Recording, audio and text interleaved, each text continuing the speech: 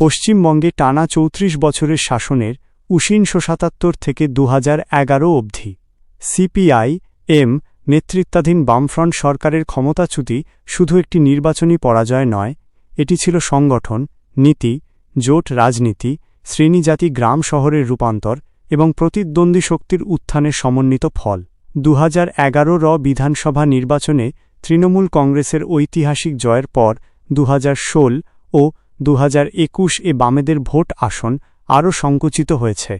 ২০২১ বিধানসভা ভোটে বামফ্রন্ট একটিও আসন পায়নি। লোকসভায় ২০১৯ ও ২০২৪ সিপিআই-এম এর ভোট শেয়ার এক অঙ্কে নেমে এসেছে। এই আলোচনায় ঐতিহাসিক প্রেক্ষাপট, নীতিগত টার্নিং পয়েন্ট, মুখ্যত সিঙ্গুর নন্দীগ্রাম, সাংগঠনিক অবসাদ, জোট রাজনীতির জটিলতা, রাজনৈতিক সহিংসতা ও মেরুকরণের প্রভাব এবং সাম্প্রতিক নির্বাচনী ডেটা বিশ্লেষণ করা হয়েছে। প্রেক্ষাপট আলোচনার নিমিত্তে প্রথমত বলা যায় লং ডিউরেশন, শাসন ও অর্জন অপলাপ।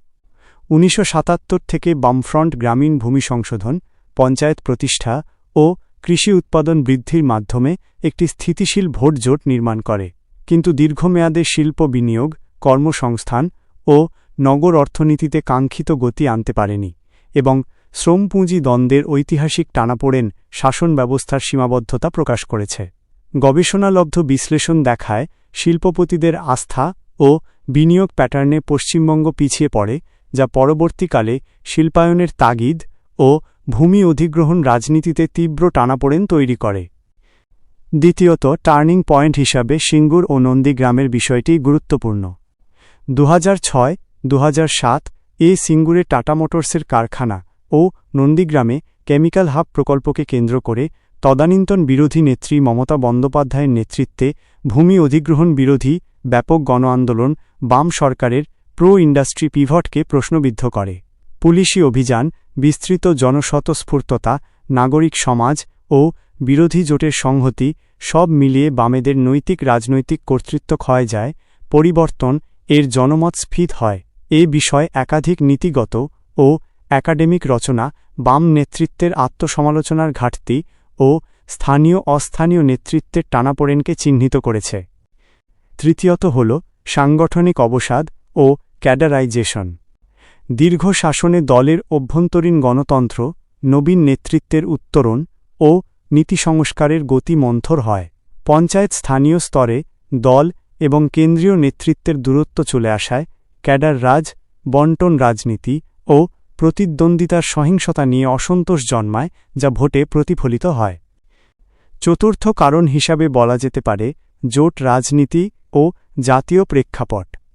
২০০৪ থেকে ২০০৮ সালের কেন্দ্রের ইউপিএ-1 সরকারের অন্যতম জোট শরিক ছিল বামেরা। পরে আমেরিকার সঙ্গে পারমাণবিক চুক্তি ইস্যুতে বাম জোট মনমোহন সিং নেতৃত্বাধীন ইউপিএ সরকারের সমর্থন প্রত্যাহার করে। এতে দেশের স্বার্থে বামেদের অবস্থান নিয়ে সাধারণ জনগণের মনে প্রশ্ন উঠেছিল। এছাড়া রাজ্যে কংগ্রেস তৃণমূলের সমঝোতা হয়। এসব মিলিয়ে বামেদের জাতীয় প্রভাব কমে। ২০২১ আগে পরে এই পুনর্গঠন তৃণমূলকে প্রাথমিক বিরোধী হিসেবে কনসলিডেট করে। ২০১১ নির্বাচনে তৃণমূল কংগ্রেস জোট ২২৭ আসনে জিতে বামফ্রন্টের ৩৪ বছরের শাসনের পরিসমাপ্তি ঘটায়, যেখানে মুখ্যমন্ত্রী বুদ্ধদেব ভট্টাচার্যও নিজের আসন হারান। সেই সময়ের নির্বাচনী পথরেখা একবার ডেটার নিরিখে দেখলে পাওয়া যাবে। ২০১১ বিধানসভা বামফ্রন্ট ক্ষমতাচ্যুত, তৃণমূল কংগ্রেস জোটের ঐতিহাসিক জয়। ২০১৬ বিধানসভা সিপিআইএম নীতিগত পুনর্গঠনের ডাক দিলেও তৃণমূল ২১১ আসন পায়, বাম কংগ্রেস জোট ৭৭ থামে, বিজেপির ভোট ২ অঙ্কে উঠে। ২০২১ বিধানসভা নির্বাচনে তৃণমূল ২১৩টি আসন পায় ২৯২ আসনের মধ্যে এবং বিজেপি রেকর্ড সংখ্যক ৭৭টি আসন পায়। বামফ্রন্ট ০ আসনে নেমে আসে। রাজ্য রাজনীতিতে বামের প্রান্তিকীকরণ স্পষ্ট। শতাংশের নিরিখে ২০১৯ লোকসভা ভোটে বঙ্গে সিপিআইএম ০ আসন, মোট ভোটারের ৬.৩% বামের ঐতিহ্যগত ভোটের বড় অংশ বিজেপি এবং তৃণমূলের দিকে সরে যায়। ২০২৪ লোকসভা ভোটে পশ্চিমবঙ্গে সিপিআইএমের ভোট শতাংশ ৫.৭% ও আসনের দিক থেকে বাম পায় ১টি, তৃণমূল পায় ২৯টি, বিজেপি ১২টি আসন পায়। ষষ্ঠত বামদের ঐতিহাসিক সমর্থক তথা শ্রমিক, গ্রামীণ দরিদ্র কৃষক ক্ষেতমজুর শ্রেণীর সমর্থন হারানো।